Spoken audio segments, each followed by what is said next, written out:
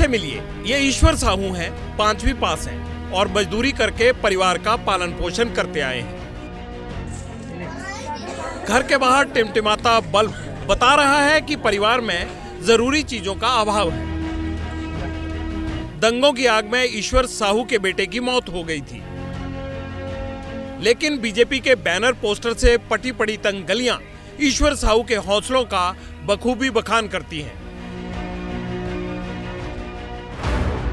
ईश्वर साहू ने छत्तीसगढ़ की साजा सीट से पहली बार विधानसभा चुनाव लड़ा। कांग्रेस के 7 बार के विधायक रविंद्र चौबे को धूल चटा दी। ईश्वर साहू को बीजेपी ने मैदान में उतारा था। साहू को 1 लाख से ज्यादा वोट मिले।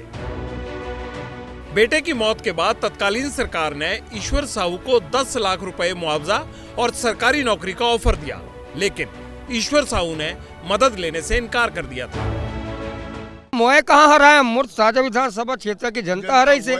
आगे की जो हमारे भारतीय जनता पार्टी के जो रणनीति रहेगा, जो संगठन का जो है, ये जो हम निभाओ अपने जीवन। छत्तीसगढ़ में कांस्टेबल रामकुमार टोपो भी छाए हुए हैं। सिपाही के तौर पर देश सेवा के बाद रामकुमार ने राजनीति में उतरकर जनता की सेवा करने का फैसला किया और इसी साल अगस्त के महीने में सीआरपीएफ से वीआरएस ले लिया। वीआरएस के बाद टोपो बीजेपी में शामिल हो गए। रामकुमार टोपो को बीजेपी ने छत्तीसगढ़ की सीतापुर सीट से उम्मीदवार बनाया।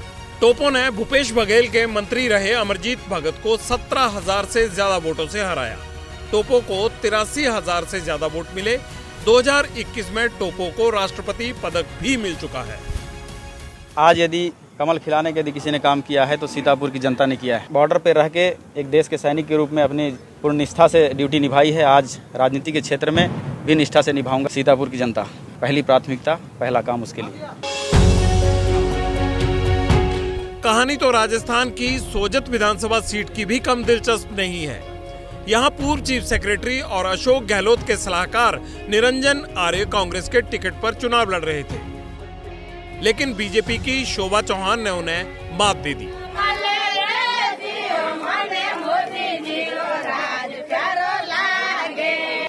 बड़ी बात यह है कि निरंजन आर्य आईएएस रहे हैं और शोभा चौहान एक साधारण ग्रेजुएट। शोभा चौहान ने निरंजन आर्य को 31,772 वोटों से हराया। 2018 में पहली बार शोभा बीजेपी के टिकट पर जीती थी। शोभा बीजेपी एससी मोर्चा की प्रदेश उपाध्यक्ष रही हैं।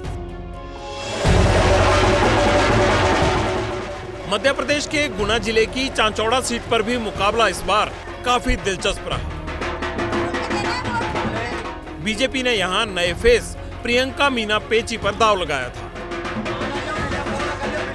प्रियंका के सामने कांग्रेस की तरफ से पूर्व सीएम दिग्विजय सिंह के भाई लक्ष्मण सिंह मैदान में थे। प्रियंका ने लक्ष्मण सिंह को चारों खाने चित कर दिया। प्रियंका पेची को 1,10,254 वोट मिले तो दिग्विजय के भाई लक्ष्मण सिंह को महज 48,684 वोट मिले। प्रियंका ने लक्ष्मण सिंह को 61,570 वोटों से हराया। प्रियंका के पति आईआरएस अधिकारी हैं। बीजेपी ने ममता मीणा का टिकट काटकर प्रियंका पेची को टिकट दिया था। चांचौड़ा विधानसभा सीट पर मीना समाज का दबदबा भी है। यही है कि विकास करना है और आगे बढ़ना है। जो भारतीय जनता पार्टी अब तक योजना लेके आई है तो जन जन तक पहुंचाना, हर छोर के व्यक्ति तक हर योजना का लाभ दिलाना और विकास करना क्षेत्र का, ये सर्वप्रथम मेरा कार्य रहेगा। हार का सामना तो उन्हें भी करना पड़ा जिन्होंने मुख्यमंत्री बनने के सपने सजा लिए थे। छत्तीसगढ़ के डिप्टी सीएम टीएस सिंहदेव को बीजेपी के राजेश अग्रवाल ने हरा दिया। हालांकि हार का अंतर महज 100 से भी कम वोटों का रहा। हार के मैदान मैं कभी नहीं छोड़ूंगा। हारा हूं तो 5 साल पूरा प्रयास करूंगा। क्षेत्र में लोगों से संपर्क बनाने की कोशिश करता रहूंगा। उनके लिए जो भी पहल कर सकता हूं, जैसा वो चाहेंगे, मैं करता रहूंगा। तेलंगाना में भी कुछ ऐसा ही हाल रहा। यहाँ जीत तो कांग्रेस ने हासिल की, लेकिन बाहुबली बनकर उभरे हैं बीजेपी के उम्मीदवार के वेंकट रमन रेड्डी।